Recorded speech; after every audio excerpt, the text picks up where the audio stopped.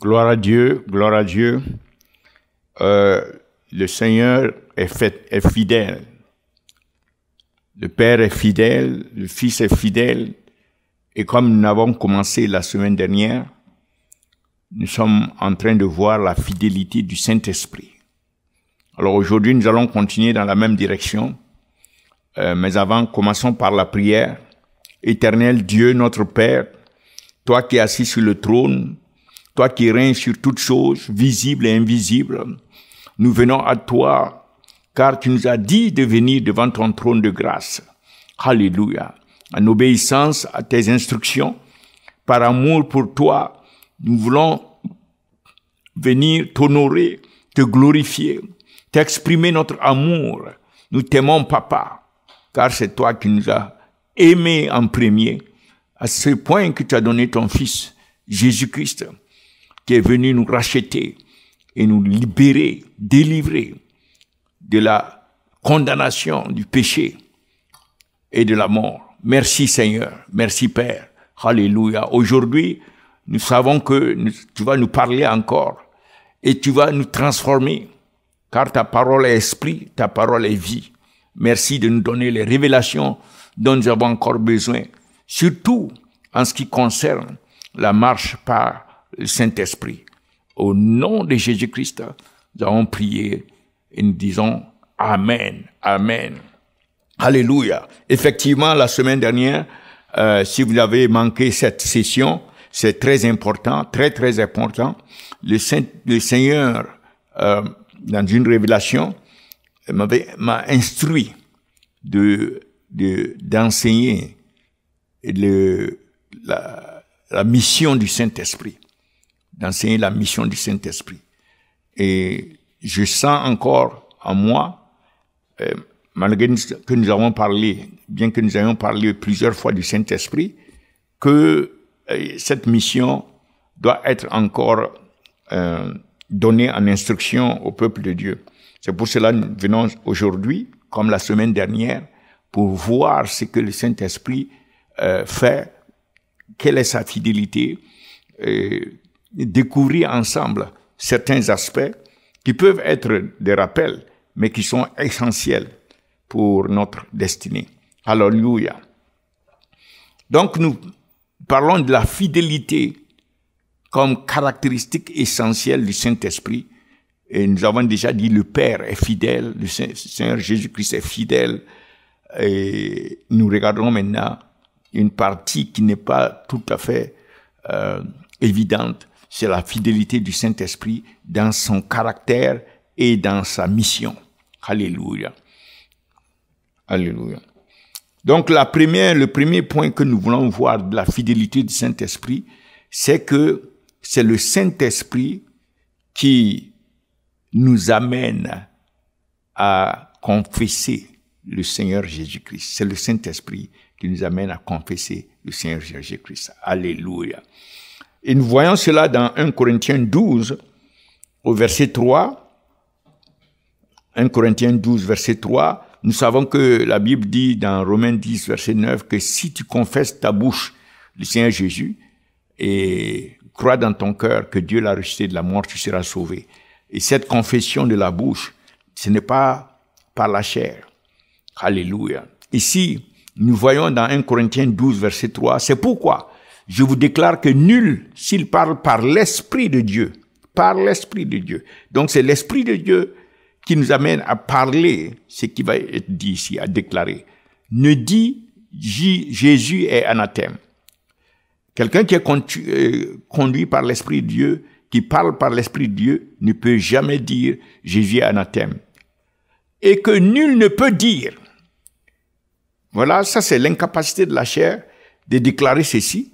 Mais c'est l'Esprit de Dieu qui conduit à cela, à dire quoi? Que Jésus est le Seigneur. Jésus est le Seigneur. Nul ne peut le dire si ce n'est par le Saint-Esprit. Donc la première, nous voyons le caractère fidèle et la mission fidèle, la mission du Saint-Esprit de faire parler, de faire déclarer Jésus-Christ pour le salut des âmes, pour notre salut, pour notre édification, pour marcher dans la domination. c'est de déclarer et d'avoir cela plein dans nos cœurs, que cela domine par rapport aux autres idées de nos cœurs, que Jésus-Christ est Seigneur. Mais nous ne pouvons pas les déclarer sans le Saint-Esprit. C'est le Saint-Esprit qui amène l'être humain à déclarer que Jésus-Christ est le Seigneur. Cela ne peut être fait si ce n'est par le Saint-Esprit. Donc nous voyons le caractère absolu ici de la mission du Saint-Esprit par rapport à notre salut, par rapport à cette déclaration essentielle dans le processus du salut. Pour déclencher le salut, il faut que nous déclarons que Jésus-Christ est Seigneur. Et cela ne peut être fait que par le Saint-Esprit. Alléluia. Donc nous devons remercier le Saint-Esprit de ce qui nous amène à déclarer Jésus-Christ chaque jour et très souvent que Jésus-Christ est Seigneur. Cela est essentiel. Nous ne devons pas être économiser, nous ne devons pas économiser sur cette déclaration. Vous savez que dans Philippiens 2, versets 9 et 11, la Bible dit que Dieu l'a souverainement élevé, le Père l'a souverainement élevé, et lui a donné le nom qui est au-dessus de tout autre nom, afin qu'à la mention de son nom, tout genou fléchisse et que toute langue confesse que Jésus-Christ est Seigneur. Un jour viendra où cela va être imposé par le Saint-Esprit. Toute langue va confesser que Jésus-Christ est Seigneur, volontairement ou involontairement. Mais dans cette phase de la dispensation, lorsque l'Esprit de Dieu nous amène à déclarer que Jésus-Christ est Seigneur, nous sommes sauvés. En croyant dans notre cœur que Dieu l'a ressuscité de la mort, cela amène que nous sommes sauvés. Le salut est déclenché. Alléluia. Donc ça, c'est la première caractéristique, la fidélité. Mais nous voulons dire, ça c'est le premier point où nous voyons par rapport aux croyants, la fidélité du Saint-Esprit a amené les croyants à déclarer que Jésus-Christ est Seigneur. La semaine dernière, nous avons vu sa fidélité par rapport au Seigneur lui-même. Par rapport au Seigneur lui-même. Mais aujourd'hui, nous voyons comment le Saint-Esprit est fidèle en nous amenant à déclarer que Jésus-Christ est Seigneur. Ça, c'est le premier point. Comment le Saint-Esprit est fidèle par la suite, et nous allons voir le second point pour ça. Cela se trouve dans Romains 8, versets 14 à 15. Le Saint-Esprit est fidèle encore dans cette mission vis-à-vis des croyants. Et ici, nous lisons, car tous ceux qui sont conduits par l'Esprit de Dieu sont fils de Dieu. Donc, voilà, non seulement le Saint-Esprit nous amène à déclarer, à confesser que Jésus-Christ est Seigneur, mais aussi le Saint-Esprit nous conduit à Christ, afin que nous devenions des fils de Dieu. L'Esprit de Dieu nous conduit. Alléluia. Donc nous pouvons dire, verset 15 aussi, Romains 8, 14 et 15, « Et vous n'avez point reçu un esprit de servitude pour être encore dans la crainte, mais vous avez reçu un esprit d'adoption par lequel nous crions Abba Père. » Donc, le Saint-Esprit est la voie à Christ. Expliquons. Nous savons que Jésus est le chemin, la vérité et la vie. Et il a ajouté, nul ne vient au Père que par moi. Donc, la partie du chemin où Jésus, la partie où nous allons au Père, Jésus est le chemin. Et pour rentrer dans ce chemin, il faut que nous empruntions un autre chemin qui est l'Esprit. L'Esprit est le chemin qui nous amène à Christ et Christ est le chemin qui nous amène au Père. Mais l'Esprit est à la fois le chemin qui nous amène à Christ et il est avec Christ pour nous amener au Père. Alléluia. Gloire à Dieu. Donc, l'Esprit est le chemin qui nous conduit à Christ et qui nous conduit avec Christ au Père.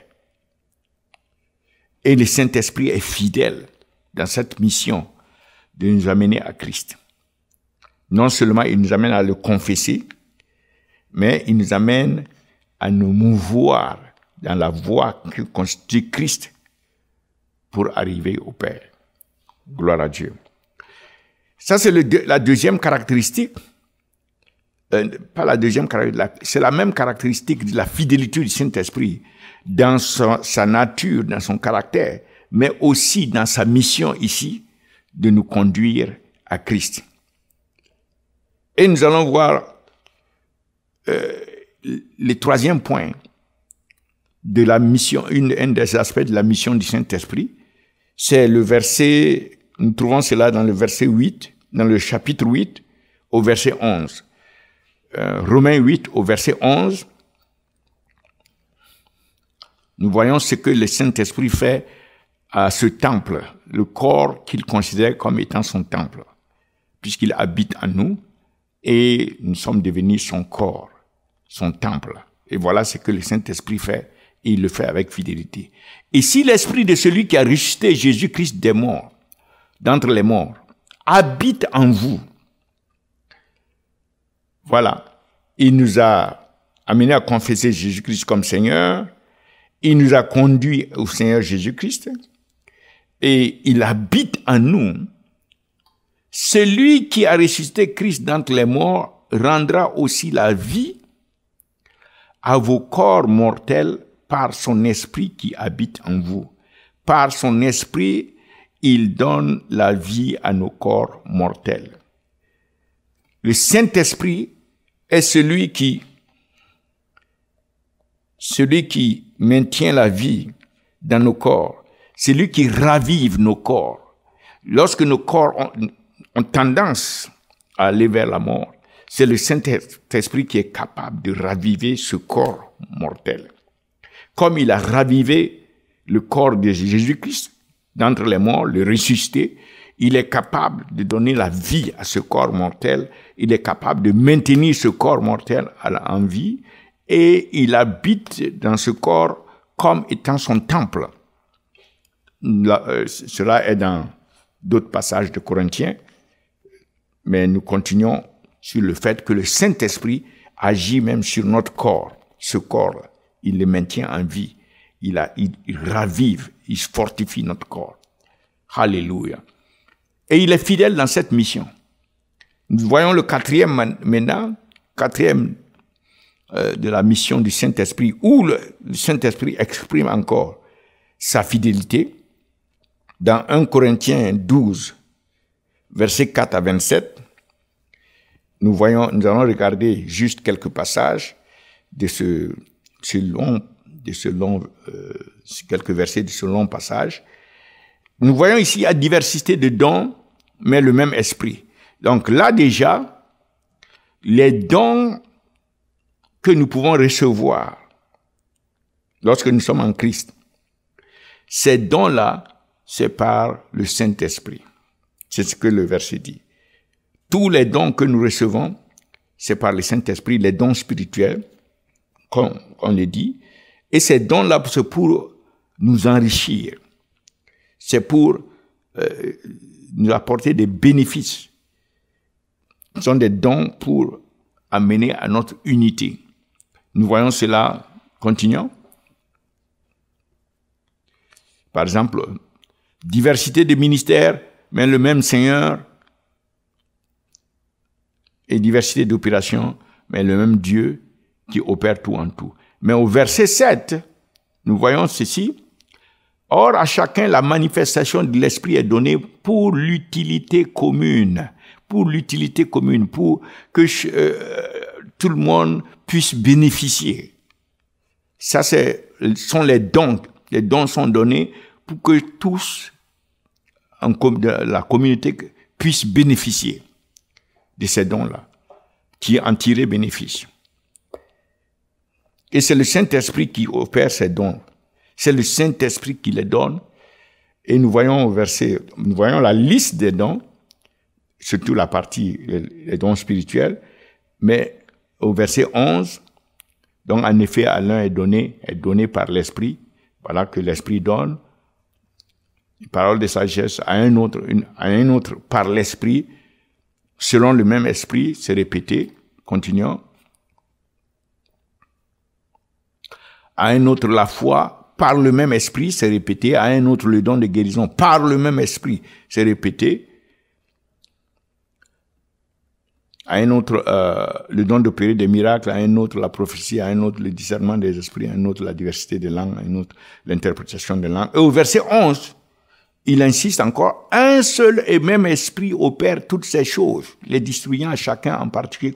Donc nous voyons en clair que c'est l'Esprit de Dieu qui donne les dons et c'est lui qui les opère pour que la communauté du peuple de Dieu puisse en bénéficier et même pour témoigner du Seigneur Jésus-Christ avec efficacité. Alléluia.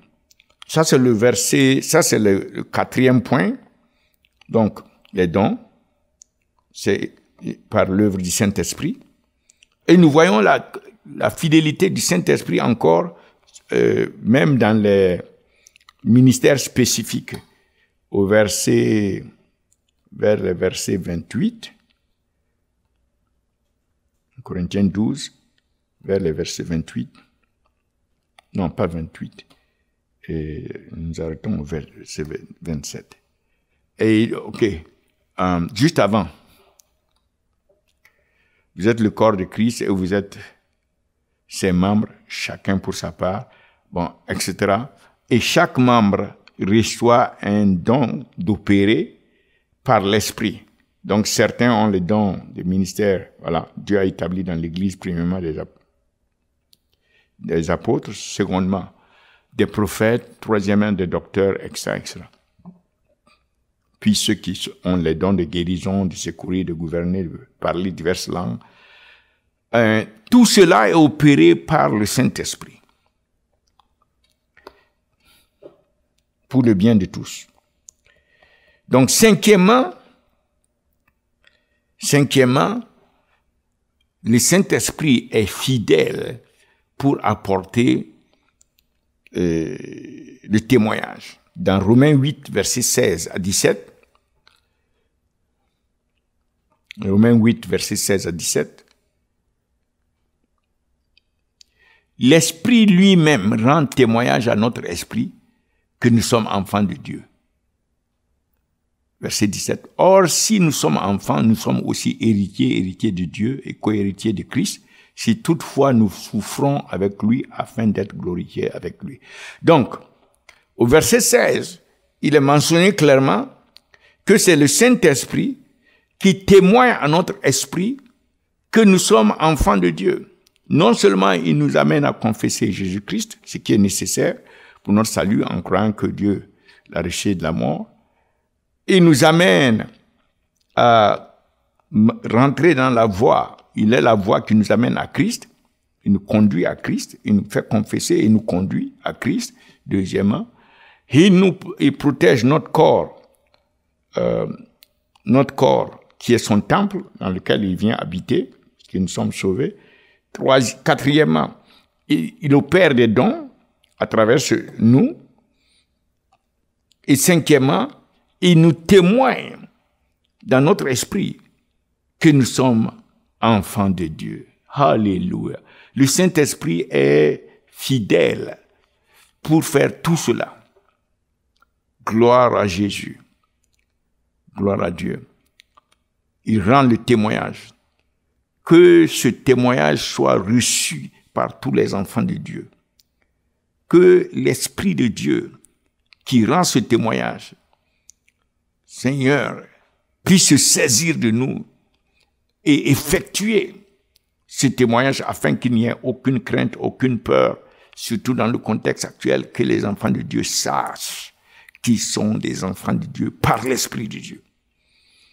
Et que Dieu veille sur ses enfants. Dieu nous considère comme la prunelle de ses yeux. Dieu a marqué nos noms sur sa paume. Gloire à Jésus. Alors nous allons au 6e point. Le 6e point où le Saint-Esprit, 6e point dans le Éphésiens 1, verset 13 et Éphésiens 4, verset 30. Éphésiens 1, verset 13. En lui, vous aussi, après avoir entendu la parole de la vérité, l'évangile de votre salut, en lui vous avez cru et vous avez été scellés du Saint-Esprit qui avait été promis. Vous avez été scellés du Saint-Esprit. Pas un autre esprit nous a scellés. Nous n'avons pas été scellés avec un autre esprit. Mais nous avons été scellés. C'est Dieu qui nous a scellés en Christ par le Saint-Esprit. Alléluia. Oh, gloire à Dieu. Gloire à Dieu. Le Saint-Esprit est le moyen par lequel Dieu nous a scellés. Vous voyez ça? Cela veut dire que nous, aux yeux de Dieu, nous sommes d'une importance qui surpasse l'entendement, au point que Dieu va nous sceller par le Saint-Esprit, du Saint-Esprit. Alors quand on met un cachet sur et on scelle l'enveloppe au moyen de ce qui permet à ce que cette enveloppe reste fermée, c'est à cause de l'importance que nous accordons à ce qui est dans l'enveloppe. Donc Dieu accorde une telle importance à ses enfants qu'il les scelle du Saint-Esprit. Nous sommes scellés du Saint-Esprit qui avait été promis et jusqu'au jour du salut. Jusqu'au jour du salut. Nous pouvons voir ça dans 1 Corinthiens 12. 1 Corinthiens 12, versets 21 et 22. Je pense. 1 Corinthiens 12. Jusqu'au jour du salut.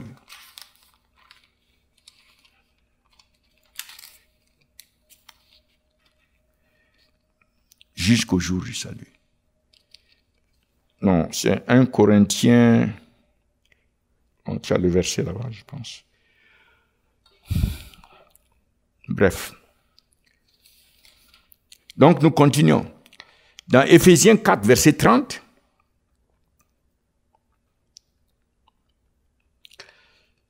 parce que c'est le Saint-Esprit, Dieu utilise le Saint-Esprit pour nous sceller, il faut que nous fassions attention, car l'instruction ici, c'est que n'attristez pas le Saint-Esprit de Dieu. Vous voyez, l'apôtre Paul donne cette instruction par rapport au fait que nous sommes scellés. Voilà. Par lequel vous avez été scellés pour le jour de la rédemption. Voilà, c'est pour le jour du salut, de la rédemption. Alors, lorsque nous méditons sur ça, le fait d'être scellé, c'est pour demeurer tel que Dieu le veut, jusqu'au jour de la rédemption. Et ceci, c'est par le Saint-Esprit, c'est grâce au Saint-Esprit, grâce à la fidélité du Saint-Esprit. Et il faut éviter de l'attrister, parce que nous avons été scellés par lui. N'attristez pas, par lequel vous avez été scellés. Nous avons été scellés pour le jour de la rédemption. Veillons à ne pas attrister le Saint-Esprit. Parce que ça peut avoir des conséquences. C'est pour ça que nous avons cet avertissement. Donc nous prions que nous demeurions scellés jusqu'au jour de la rédemption, tel que Dieu l'a fait avec le Saint-Esprit. Que le Saint-Esprit ne soit pas attristé, que nous n'attristions pas le Saint-Esprit. Nous nous repentons de tout acte ou toute parole, toute pensée qui puisse attrister le Saint-Esprit, que cela ne nous vienne jamais au nom de Jésus-Christ. Merci Seigneur. Et le 7e point, où nous voyons encore la fidélité du Saint-Esprit, dans sa mission vis-à-vis de nous, c'est Galates 5, versets 16 à 22. Dans Galates 5, versets 16 à 22, nous marchons, je dis donc, marcher selon l'Esprit. Donc, en tant que fils de Dieu, nous devons, cela doit devenir naturel, que nous ne marchons plus selon la chair, mais que nous marchons selon l'Esprit. Donc, c'est le Saint-Esprit qui nous amène à marcher de manière acceptable, de manière qui plaise à Dieu. Marcher selon l'Esprit. Et nous allons plaire à Dieu, c'est-à-dire nous n'accomplirons pas les désirs de la chair. La chair veut qu'on lui fasse plaisir. Et les plaisirs de la chair sont contraires à ceux du Père, à ceux de Dieu. Et Jésus, lui, a marché selon l'Esprit. Et nous, comme Jésus, nous devons marcher de façon à plaire le Père, et cela ne peut se faire que selon l'Esprit. Lorsque nous marchons selon l'Esprit. Et il y a des caractéristiques qui sont données, des manifestations qui sont données qui font que nous savons si nous marchons par l'Esprit ou pas. Alors, lorsqu'il y a la marche selon les désirs de la chair, nous produisons ce qu'on appelle nous produisons les œuvres de la chair. Et cela, au verset suivant, car la chair a des désirs contraires à ceux de l'esprit et l'esprit en a de contraires à ceux de la chair. Ils sont opposés entre eux afin que vous ne fassiez point ce que vous voudriez. Si vous êtes conduit par l'esprit, vous n'êtes point sous la loi. Donc, cela veut dire que si vous êtes conduit par l'esprit, cela veut dire que c'est possible que nous ne soyons pas conduits par l'esprit. Donc, cela doit attirer notre attention de vérifier chaque jour notre marche. Quels sont les fruits que nous manifestons? Quelles sont les œuvres qui se manifestent à travers nous? Et ici, l'apôtre Paul donne une liste qui permet de s'inspirer pour connaître si nous marchons par la chair ou si nous marchons par l'esprit. Alors, il donne des caractéristiques, des éléments ici. Premièrement, pour les œuvres de la chair, les œuvres de la chair sont manifestes. Ce sont l'impudicité, l'impureté, la dissolution, l'idolâtrie, la magie, les inimitiés, les querelles, les jalousies, les animosités, les disputes, les divisions, les sectes, l'envie, l'ivrognerie, les excès de table et les choses semblables. Et l'apôtre Paul a averti ici, je vous dis d'avance, comme je l'ai déjà dit, que ceux qui commettent de telles choses n'hériteront point le royaume de Dieu. Ça, c'est dans le Nouveau Testament. Donc, c'est possible de ne pas hériter le royaume de Dieu. Lorsque nous marchons selon la chair. Cela c'est pas pour les incroyants, les incrédules. Ce n'est pas pour les non-croyants. Car les non-croyants n'ont aucune capacité de marcher par l'esprit. L'esprit n'est pas en eux. L'esprit ne peut pas les diriger. L'esprit cherche d'abord à les convaincre du péché pour qu'ils se répandent. Mais pour le chrétien qui est déjà convaincu, qui a confessé Jésus, qui est devenu enfant de Dieu, en qui l'Esprit de Dieu demeure et qui est normalement censé ne pas attrister l'Esprit, voilà des choses qui peuvent attrister l'Esprit et qui peuvent avoir des conséquences, comme nous l'avions dit d'avance, pour le jour de la rédemption. Je vous dis d'avance. Donc, l'apôtre Paul a averti en avance de quoi? En avance du jour de la rédemption. En avance du jour du salut. Comme je l'ai déjà dit. Donc, il se répète ici parce qu'il avait déjà annoncé ça. Que ceux qui commettent de telles choses, c'est-à-dire, on n'est pas censé commettre ça, il y a comme un choix. Il a dit, si nous marchons par l'esprit, nous n'allons pas accomplir les œuvres de la chair. Ok. De telles choses n'hériteront point le royaume de Dieu. Donc, il faut rester avec la simplicité de la parole de Dieu plutôt que d'aller dans les philosophies doctrinales qui nous éloignent de la parole. Verset 22, l'apôtre Paul continue et donne maintenant ce qui caractérise la marche par l'esprit. Lorsque nous marchons par l'esprit, voici ce qui se manifeste à travers nous.